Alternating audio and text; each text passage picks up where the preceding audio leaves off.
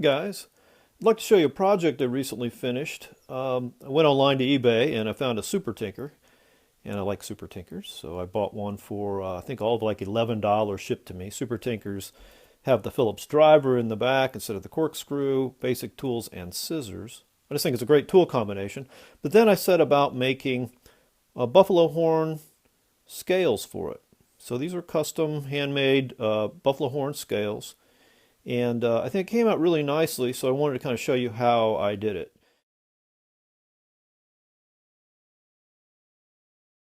Now, the mistake that I think most people make when they try to make custom scales for the Swiss Army knives, whether it's out of wood or G10 or anything like that, is they start with too thick a piece of material. And it's easy to do because most knife making supply places sell handle material in 1/4 inch, 3/8 inch, 1/2 inch, sizes that are better for making handles for fixed blade knives, but not so good for pocket knives. So try to find something thinner. I was able to find this at the Atlanta Blade Show in June, and I can't remember, Maserat Supply. I'm sorry, I'll have to look them up, and I'll put the link in the description box below because I think you can buy their stuff online if you're interested. But I was able to get this Asian water buffalo or horn or whatever the hell it's called in 1/8 inch pieces. And so that's perfect for Swiss Army knife scales. So, whatever you're working with, whether it's wood, this is some Babinga I've worked with, it's 1/8 inch as well, or, G10 or micarta, like this green canvas micarta, try to get 1/8 inch pieces. That's plenty thick, and you'll still be able to put a nice rounded corner and drill them and all that. But you won't end up with more handle than knife. This I don't mean to brag, but to me this almost looks factory. If you were to see that and pick it up and look at it, you would think Victorinox did that. It just, and I'll give the credit to the thickness of the handle material. Anybody can do this. Once you've tried it once or twice, you'll be getting the same results. So let me just show you how I go about doing it in case you're interested. First thing you want to do, of course, is pop the scales off of your Swiss Army knife and keep those because you're going to use them as your template. You're going to ruin your first pair, but that's the only time you'll need to ruin any. The rest you can save if you'd like. But when I say ruin them, what I mean is I drill right through the places that pop over the collars on the knife, the places that pop over the brass bushings on the pins. So I know I have a template where I can locate on my material exactly where I need to drill holes in the backside of my scales so that they'll fit flush over those collars. So that's just a great template to have. You can save it. Now I've got a 91 millimeter one for any project. So what you're going to do is take one of these and you're going to lay it out on your material and trace it out like I've done on this. That's a 111 millimeter knife, but you get the idea. So you lay it out and you trace it out. Then you take your material I take it out in the shop where I have a little bandsaw. If you don't have a bandsaw, you could use a handheld jigsaw with a finer tooth blade on it. Or you could use a coping saw and do it by hand. But you want to cut out along your line and cut out to the outside of the line so you leave a little extra. Because then what you'll do is you'll take the piece you've cut out. Here are a couple of blanks that I cut out from the material I bought that are 84 millimeters. So this is a weighting to be finished, not finished yet, and it's a weighting an 84 millimeter knife. But just to show you what I would do is I would take that material, pick the side you want on the outside, so that's the prettier side, right? So I'm going to clamp it like this. Well, it doesn't really matter this first part, but you want to get your rough cut piece aligned with your Victorinox scale very carefully and then clamp it. I use these hand clamps I bought at Lowe's or Home Depot or whatever. They lock and they've got rubber feet so they don't scratch anything. Clamp it real firmly in place so it's not going to move around on you. Then I take it outside because it makes a mess, and I take a Dremel or any other rotary tool you have with a sanding drum on it and just very carefully start sanding down that little bit of extra that you left until you are like right up on the edge of that Victorinox scale. I mean, if you just buff into it a little bit, you're not going to hurt anything, right? Don't grind into it, but just get right up to it. You want a perfect replica as far as the dimensions or the shape of that piece. So once you get that satisfactorily down to the edges of your Victorinox scale, you can unclamp it. Then what I do while I'm still in the grinding mode, and you know, already sick of smelling this stuff, I will go ahead and freehand a rounded edge on it. So just put a radius on it.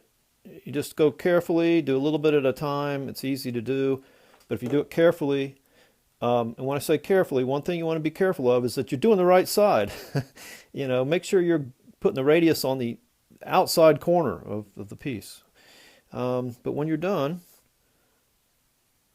you know, you're going to get a nice round, even edge. Right? Looks good.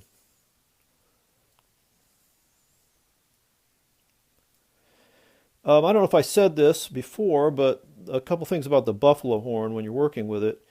I've read that it's very soft. I didn't find it that soft.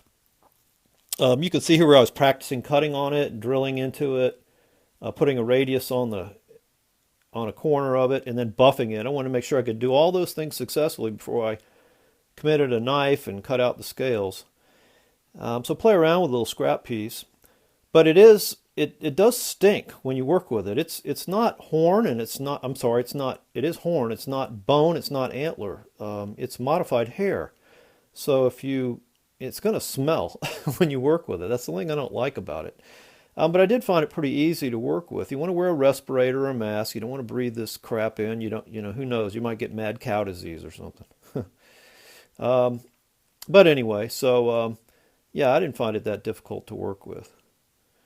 And what else do I want to show you? Once you get your piece cut out exactly and the corners rounded and everything, you want to come back and mark with your template again, you know, mark exactly where you want those holes. Because what you're going to do is drill a round flat bottom hole about halfway through. And you only need to go in about 2 millimeters to cover those brass collars on your Swiss Army knife. I use this little Dremel tool. It's a 1/8 inch shafted routing bit. I think it's the routing bit itself is about 1/4 inch. I wanted one big enough to be able to work on 111 millimeter knives too. I didn't want to buy a bunch of them because they're like $11 each. But it does a nice flat bottom hole.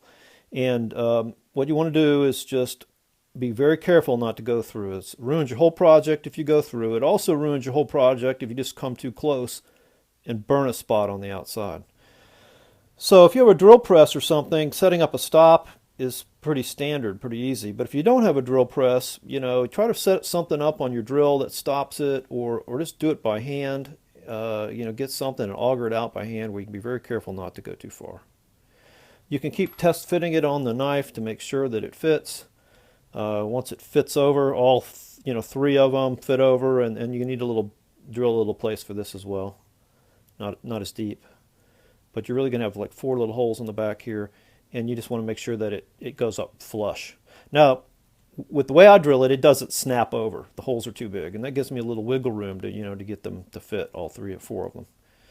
But because of that, it'll do this a little bit on the knife. So when I glue them on, and I use a 2-part clear epoxy. I've been liking this Gorilla Glue. It sets up really fast. It's really clear. If you mix it right, it's hard as a rock. But I just put a little dab, put a little drop either on top of the collars or down in the holes. It doesn't really matter. Not too much. You don't want it squeezing out on the edges. It makes a mess. If some does squeeze out, just keep some rubbing alcohol and a little clean rag nearby, and you can wipe it right up. Yeah, I put it on, and only clamp to one side at a time because it does this a little bit, and I want to make sure it's perfectly aligned. And if you got 2 pieces, it could float around. And you think, oh, this one's good, but this one's moving off. So I just do it one at a time, be patient, let it set, come back an hour later, do the other one. You've worked really hard to get a perfect shape. You've worked really hard to get your holes in the right place. The last thing you want to do is glue it on crooked, because you'll come up with the same result. It won't look like it fits. Okay. I think that's everything I wanted to show you about that. But again, this is something that anybody can do with tools that are generally available around your house. So, if you'd like to do it, give it a try. All kinds of interesting materials you can work with. Yeah, I was just getting ready to say there, the worst thing that can happen is that, you screw it up. So you try again. If you don't want to try again, you just go out and buy some inexpensive Victorinox scales and pop them back on your knife. So if you're interested in this, give it a try. Go for it.